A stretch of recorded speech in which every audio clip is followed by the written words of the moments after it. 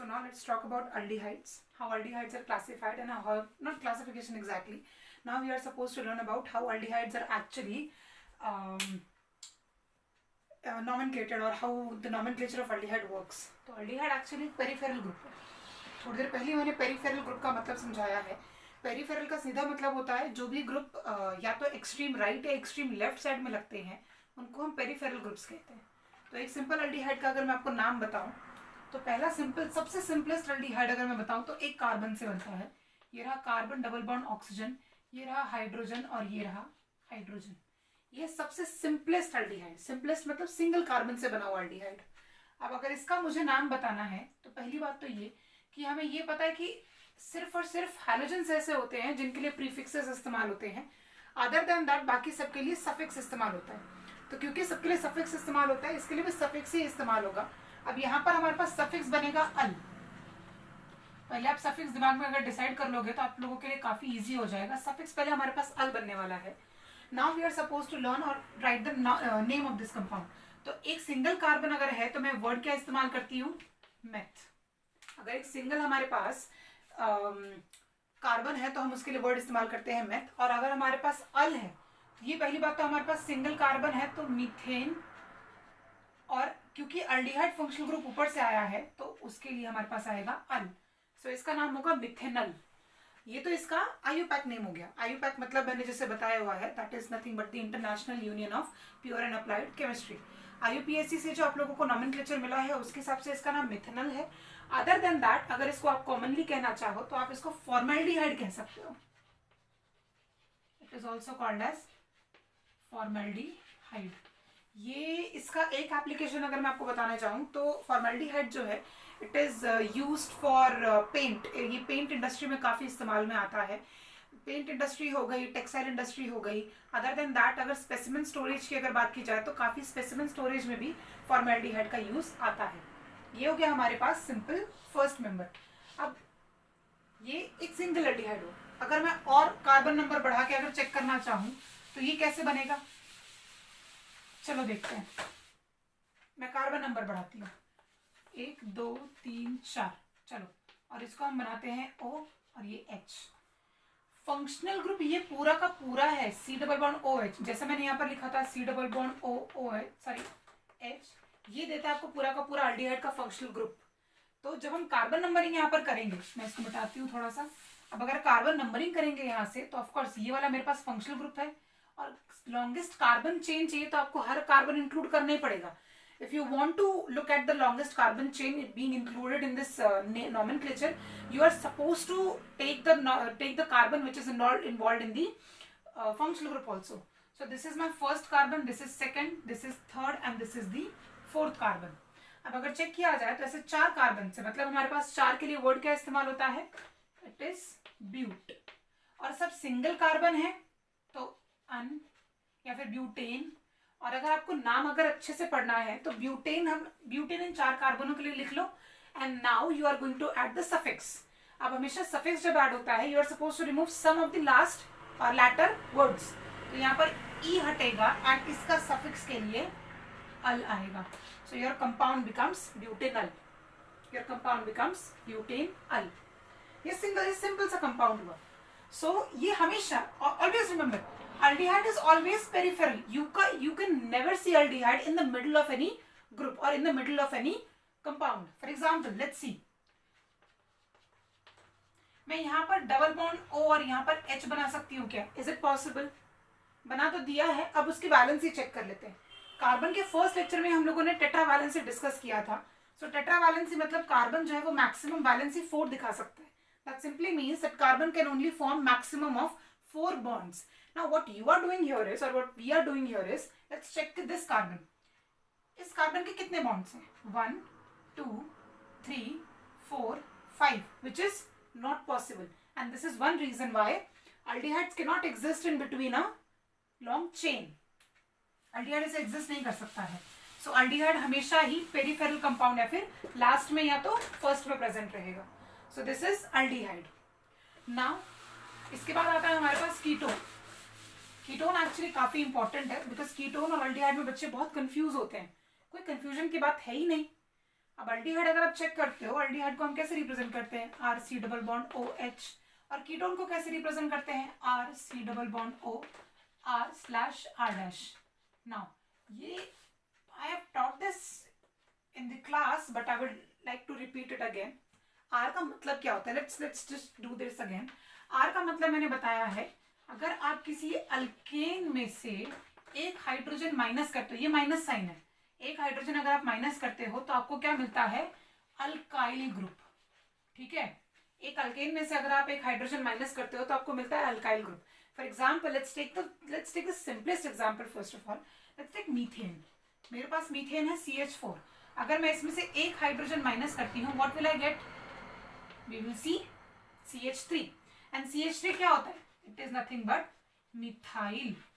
तो R group जो होता है ना, वो यही अल्काइल ग्रुप होता है। अल्काइल ग्रुप्स को ना आर से डिनोट किया जाता है।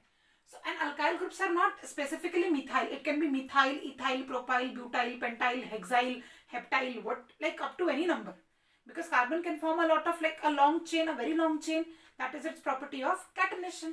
So alkyl group जो है वो कितना भी लंबा हो सकता है, बट क्या ध्यान रखना है, it is always an alkane जिसमें से एक हाइड्रोजन आपने डिटेक्ट कर लिया है ना। अब यहाँ पर क्या है, अब मैंने यहाँ पर लिखा है R R डैश और यहाँ पर भी R है। This signifies that in both the sides there can be similar alkyl groups as well as different alkyl groups.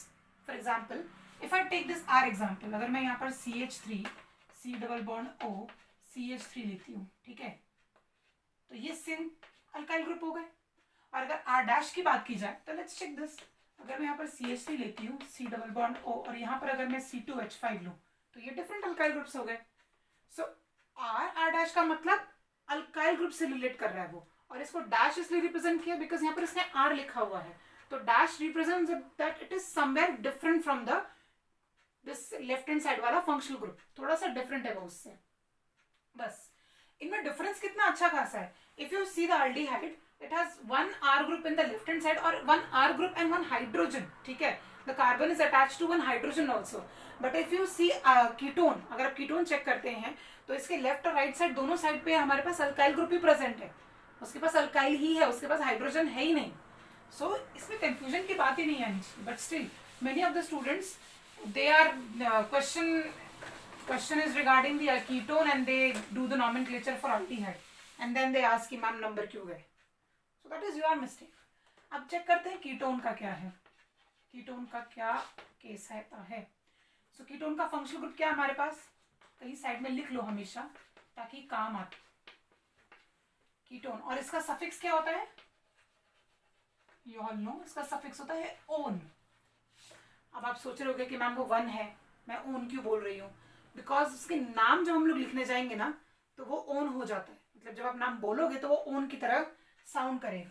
पहला सिंपल लेते हैं, सबसे सिंपलेस्ट हम क्या ले सकते हैं, सिंगल कार्बन ले सकते हैं CH3 C double bond O CH3, ये सबसे सिंपलेस्ट है, इससे आप सिंपलेस्ट कीटोन नहीं बना सकते।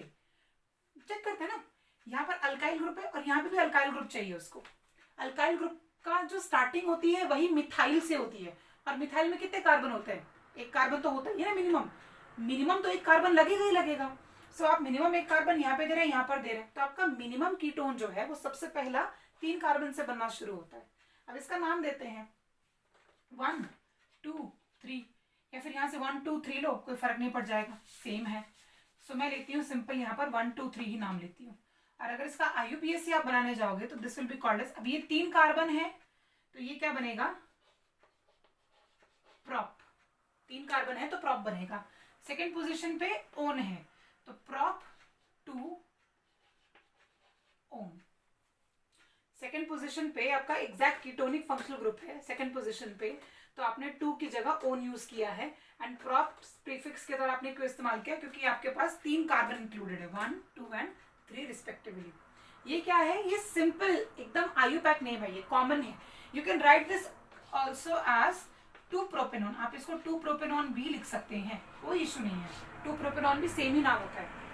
हाँ, इसका कॉमन नेम एक्चुअली काफी फेमस है, इसको कॉमनली एसीटोन कहा जाता है, और इसका कॉमन नाम की वजह से ये काफी फेमस होता है compound.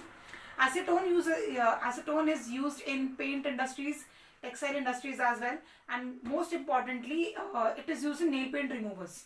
So if somebody has nail paint remover in their homes ना, go check that bottle. उसके ऊपर आपको acetone का कुछ quantity लिखी रहेगी. So acetone जो होता है, it is used as a very good nail paint remover.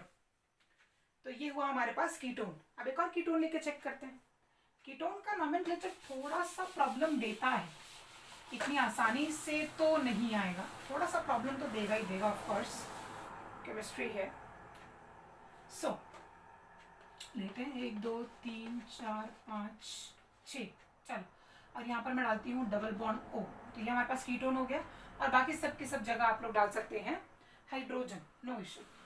अब जितनी तरीके से हमारे लेक्चर चल रहे हैं, जितनी बार मैं रिपीट कर चुकी हूँ, उतने दिमाग उसके हिसाब से आप लोगों को अभी तक समझ में आ जाना चाहिए कि we are going to take the numbering from that side जहां से हमारे पास फंक्शनल ग्रुप जो है वो जल्दी पहुंच जाएगा, हमें जल्दी मिल जाएगा. सो अगर मैं यहाँ से लेती हूँ तो मुझे फंक्शनल ग्रुप जो है वो सेकंड पोजीशन पे मिल रहा है, और अगर मैं यहाँ से लेने जाऊंगी तो फिर तो वो मुझे कन्याकुमारी तक मिलेगा. सो 1 2 3 4 5 बहुत लंबी पोजीशन हो जाती है. 2 की comparatively 5 is very very far. So हम ये वाला लेंगे. तो 1 2 3 4 5 एंड 6. तो अब इसका नाम क्या आएगा? वी कैन से दैट अभी ये 6 है तो हम वर्ड यूज करेंगे हेक्स.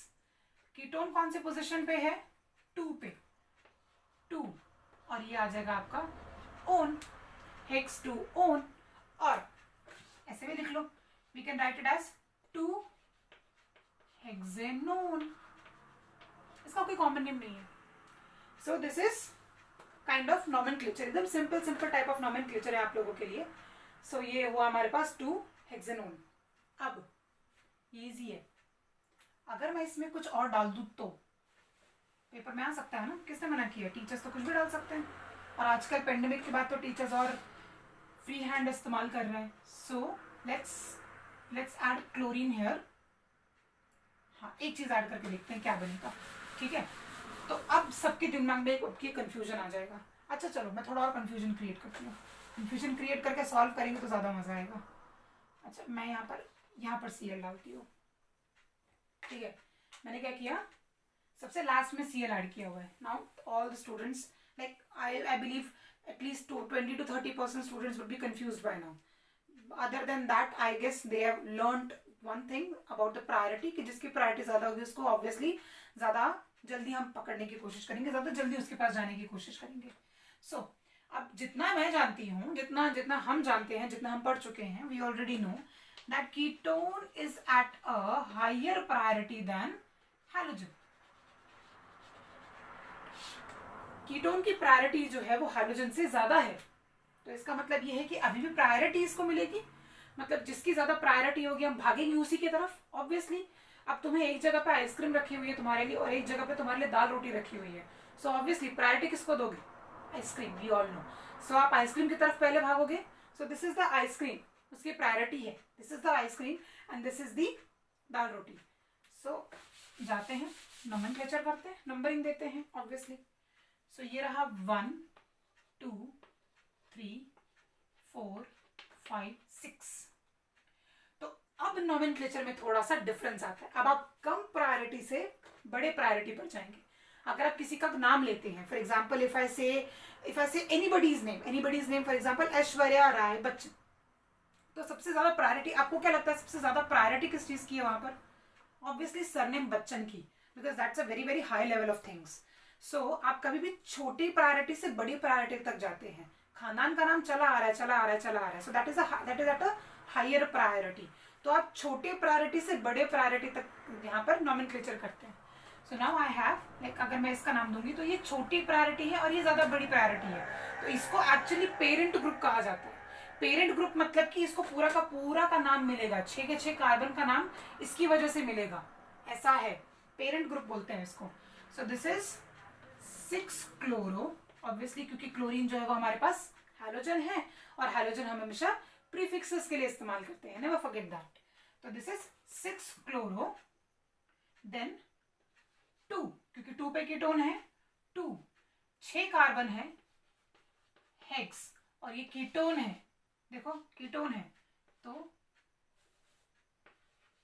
हेक्सेनोन, 6 क्लोरो 2 हेक्सेनोन, ये इसका नाम आ गया। ठीक है, तो कम प्रायोरिटी से हम ज्यादा प्रायोरिटी की तरफ गए।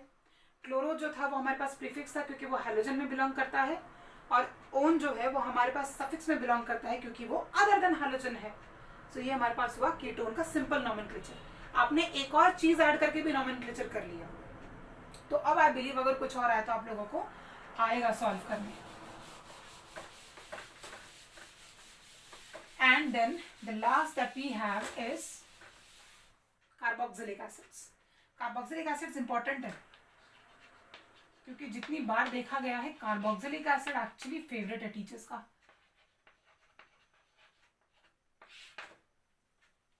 कार्बोक्सिलिक एसिड्स, आप सिंपल कंपाउंड लेंगे और सिंपल कंपाउंड से उसका नोमेनक्लेचर करेंगे। कार्बोक्सिलिक एसिड भी एक पेरिफेरल ग्रुप है और उसके लिए इस्तेमाल होता है C double bond O, OH इस्तेमाल होता है, और उसके लिए हम क्या इस्तेमाल करते हैं, सफिक्स ओइक एसिड। ठीक है, इसके लिए इस्तेमाल करते हैं हम लोग ओइक एसिड। तो अब चेक करते हैं इसका नोमेनक्लेचर कैसे देंगे।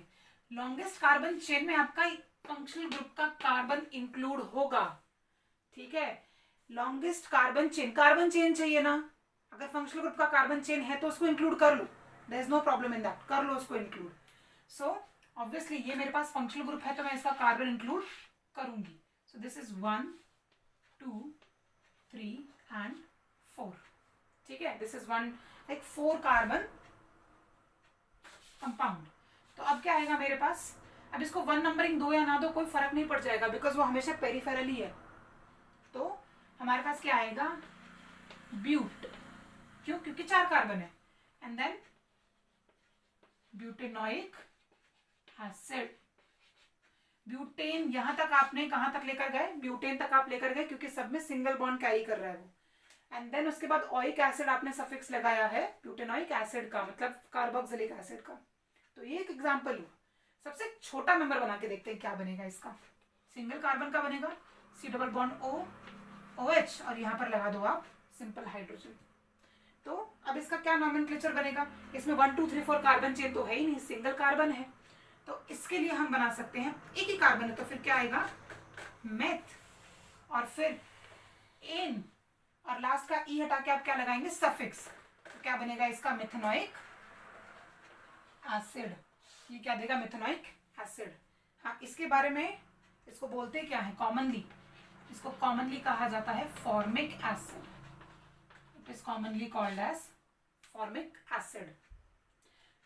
अब मैं एक शॉर्टकट बताती हूँ याद कैसे कर सकते हैं। अगर आपको फर्स्ट मेंबर्स जो थे, फर्स्ट मेंबर्स में अगर देखा जाए तो हम लोगों ने अल्डिहाइड का फर्स्ट मेंबर देखा एंड देन इसका फर्स्ट मेंबर देखा। तो इनके कॉमनली नाम क्या है, first member of aldehyde was formaldehyde and first member of this carboxylic acid is formic acid.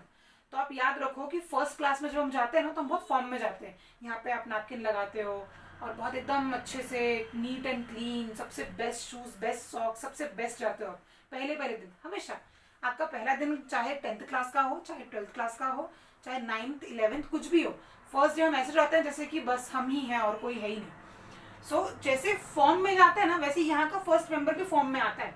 तो ये फॉर्म आप ऐसे याद कर सकते हो। सो जैसे आप फॉर्म में कभी जाते हो वैसे यहाँ के मेंबर्स भी फॉर्म में आते हैं कि नहीं हम पहले मेंबर है तो हम फॉर्म में आएंगे। सो this is formic acid and the first member of aldehyde was formaldehyde. ठीक है, so this is basic nomenclature that is included in your text books. अब थोड़ा सा आगे की बात करते हैं। नॉमेनक्लेचर पे तो बहुत होमवर्क वगैरह सब है, पहले होमवर्क नोट डाउन कर लो, फिर स्क्रीनशॉट ले लो या फिर होमवर्क नोट डाउन कर लो छोटा सा, ताकि आप लोगों को थोड़ा सा हेल्प हो जाए।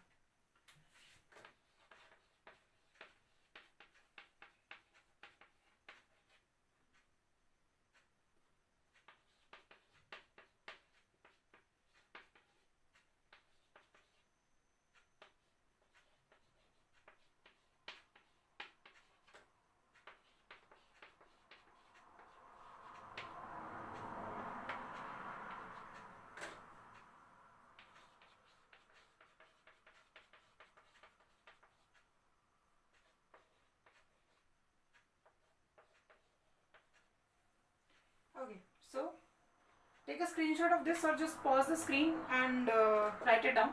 ये आप लोगों का छोटा सा होमवर्क है, खुद कर लेना, ट्राई कर लेना, बहुत ईजी है। जैसे एक्सप्लेन किया गया है, अगर आप वैसे जाएंगे तो बहुत आसानी से हो जाएगा, इतना प्रॉब्लमेटिक नहीं है। Okay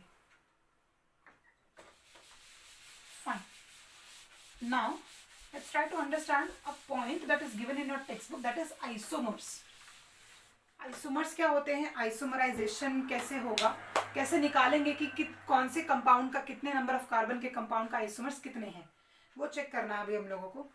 so first of all isomers होते क्या है, इसका डेफिनेशन पता होना चाहिए, ठीक है। You should know the definition of isomers, what are isomers and how to actually calculate them.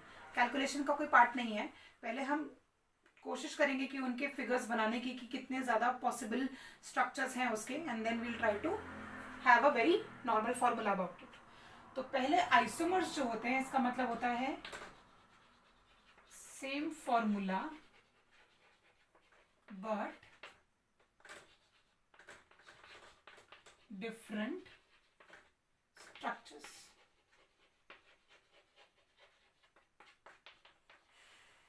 So isomers are compounds with same formula and different structures. Isomers के ऊपर पेपर में आएगा, बहुत कॉमन क्वेश्चन है, मतलब आपको किसी भी एंट्रेंस एग्जाम में मिल जाएगा। They will just give you a simple compound and they'll ask you how many isomers are possible for this compound. So see, nobody has that much amount of time to actually go and like draw the structures of every isomer possible. So I will give you a very what we can say squeezed or short formula about it. पहले हम लोग कोशिश करेंगे structures निकालने की। तो सबसे पहला कंपाउंड चेक करते हैं जिसके आइसोमर्स एक्चुअली पॉसिबल है। लेट्स टेक ब्यूटेन, क्योंकि प्रोपेन का एक्चुअली पॉसिबल नहीं है। प्रोपेन का आप स्ट्रक्चर कितना भी कर लो, प्रोपेन का पॉसिबल नहीं है। कैसे देख लेते हैं। तो मैं 3 कार्बन बनाती हूँ, CH3, CH2 एंड CH3। अब यहाँ पर एक छोटी सी चीज ध्यान दें, आप जब भी लिख रहे हैं ना कोई कंपाउंड, तो उसको लिखते वक्त थोड़ा सा ध्यान दिया जाए कि हमारे पास ये रहा कार्बन, ये रहा कार्बन एंड ये रहा कार्बन, ये रहा CH3, ये रहा CH3 और ये रहा इसका हाइड्रोजन है, इसका हाइड्रोजन। कोशिश करें उन्हीं 2 एटम्स को जोड़ने की जो एक्चुअली जुड़ते हैं। You can not say that carbon is attached to hydrogen. If I write like this CH3 and CH2. If I write like this simply means that this hydrogen is attached to carbon. Hydrogen does not have this kind of ability कि वो एक 2 carbon के साथ simultaneously attach हो सके। उसका मतलब क्या निकल के आएगा, ये रहा कार्बन, ये रहा सामने वाला हाइड्रोजन और ये रहा ये वाला कार्बन। नहीं, नॉट लाइक दिस, ये रहा हाइड्रोजन, ये रहा कार्बन और ये रहा कार्बन। हाइड्रोजन के ऑलरेडी एक बॉन्ड बनाने से उसकी वैसे भी वैलेंसी पूरी हो रही है, वैसे भी उसके what we can say octet complete हो रहा है उसका, जो कि 2 का ही है। So this is not a very possible case for hydrogen. So try to avoid this as much as possible. Other than that 10th class को इतना प्रेशराइज नहीं किया जाता। So इसका आइसोमर पॉसिबल क्यों नहीं है वो चेक करना है हम लोगों को। इसको लिखती हूँ मैं CH2। देखो, अब अगर मैं इसका आइसोमर बनाना भी चाहूँ, मतलब फॉर्मूला सेम है। फॉर्मूला क्या है इसका फॉर्मूला है C3H, ये देखो 6 7 8, C3H8। अल्केन का फॉर्मूला याद आया होगा आप लोगों को, क्या था वो, CnH2n+2। तो 3 यहाँ पर आप 3 लगाओगे, 2 × 3 6, 6 + 2 8, आ गया 8। ये देखो आ गया 8। सो अल्केन का सिंपल फॉर्मूला आपको यहाँ पर लगाते आएगा अच्छे से, CnH2n+2। चेक करते हैं इसका आइसोमर पॉसिबल क्यों नहीं है। आइसोमर का पॉसिबल होगा जब हम लोग कार्बन को, ये चेन है, मैं इसकी ब्रांचिंग अगर कर सकूं तो।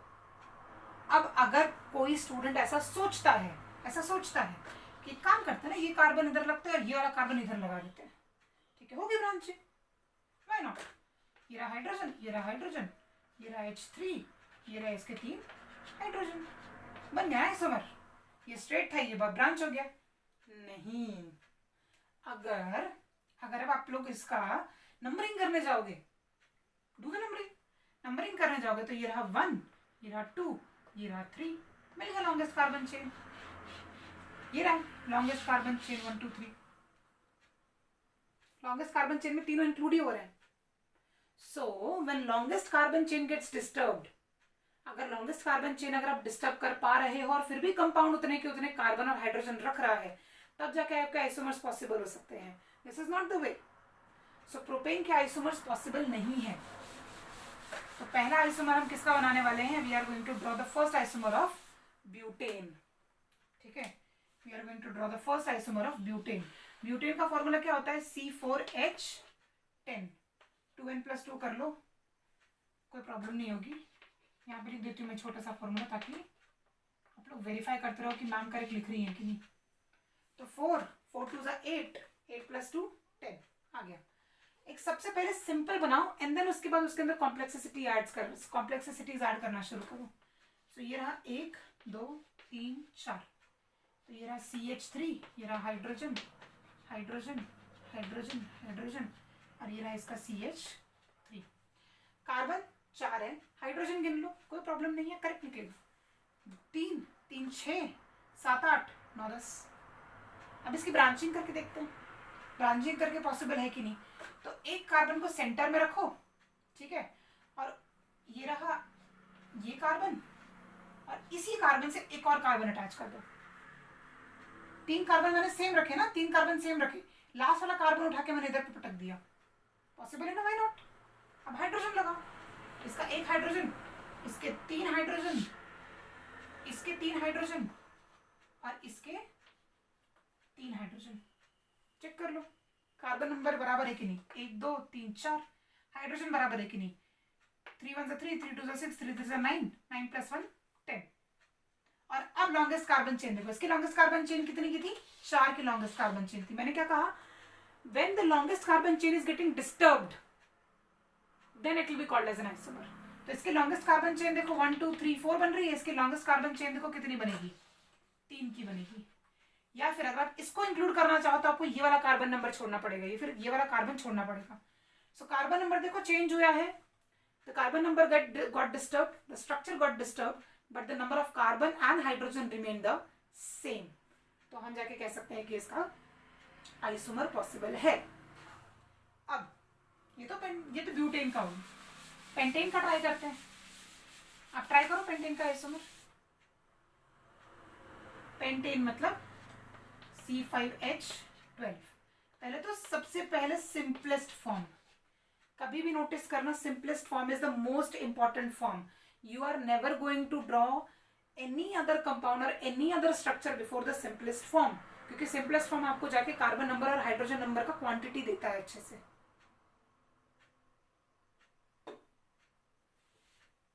फाइन. तो ट्राई करते हैं इसका और आइसोमर बनाने की. ये तो पहला हो गया. दूसरा स्ट्रक्चर क्या हो सकता है? 3 कार्बन लो, चलो 4 कार्बन लेते हैं एक ही बार में. तो 1 2 3 4. पहले 5 को 4 में कन्वर्ट करो और उसका कोई एक जो लास्ट वाला जो कार्बन है ना, उसको किसी भी कार्बन पे उठा के पटक दो. सो चेक करते हैं वापस. ये रहा H3, एक हाइड्रोजन, दूसरा हाइड्रोजन, ये रहा एक हाइड्रोजन, इसके 3 हाइड्रोजन एज इट इज, और इसके 3 हाइड्रोजन एज इट इज. तो कार्बन नंबर चेक करते हैं. 1 2 3 4 5 बराबर है. हाइड्रोजन 3, 3 1 3, 3 2 6, 3 3 9, 10 11 12. पॉसिबल है. एक आपका ये वाला आइसोमर हो गया. और ट्राई करते हैं, एक और आइसोमर पॉसिबल हो सकता है. देखते हैं थोड़ा आइसोमर क्या पॉसिबल होगा. एक कार्बन को सेंटर में रखो और फिर बाकी 4 कार्बन उसके आजू बाजू लगा दो. 1 2 3 4, और फिर सबको हाइड्रोजन दे दो उसके रिस्पेक्टिवली.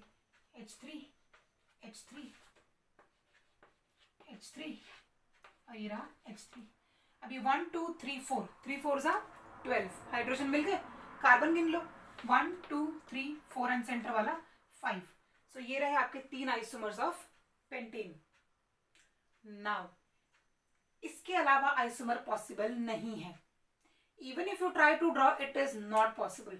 और अगर आप कुछ ड्रॉ करते हो तो वो घूम फिर के इन्हीं दोनों स्ट्रक्चर्स में से कोई ना कोई एक स्ट्रक्चर बन जाएगा. मैंने पहले क्या किया, एक कार्बन हटा के पहले 4 कार्बन नंबर, देखो 4 कार्बन का लॉन्गेस्ट चेन बनाया, फिर और रिड्यूस करके ये 3 कार्बन का लॉन्गेस्ट चेन बनाया. 3 नहीं है, मतलब हाँ 3 कार्बन का ही लॉन्गेस्ट चेन बनेगा यहाँ पर. एक्चुअल में आप ऐसे लेकर जाओ, आप ऐसे लो, आप ऐसे लो, ऐसे लो, ऐसे लो, ऐसे लो, कहीं से भी लो, 3 ही कार्बन का यहाँ पर लॉन्गेस्ट चेन बन सकता है. उसके अलावा और कोई पॉसिबिलिटी नहीं है. ओके, तो क्या आएगा यहाँ पर, ये 3 ही आएंगे। सो एक कंक्लूजन ड्रॉ होता है, लिख लो, ट्राई करना, आप ट्राई कर सकते हैं, बिल्कुल ट्राई करिए, पर नहीं बनेगा। सो एक कंक्लूजन ये आता है, हमने क्या चेक किया, 3 कार्बन मतलब प्रोपेन के आइसोमर कितने थे, 0। 4 कार्बन उसके आइसोमर कितने थे, 2। 5 कार्बन उसके आइसोमर कितने थे, 3। Conclusion is you are going to CN-2 अगर आप करते हैं तो, मतलब नंबर ऑफ कार्बन में से अगर आप 2 माइनस करते हैं तो आपके पास क्या मिलता है, नंबर ऑफ पॉसिबल आइसोमर्स।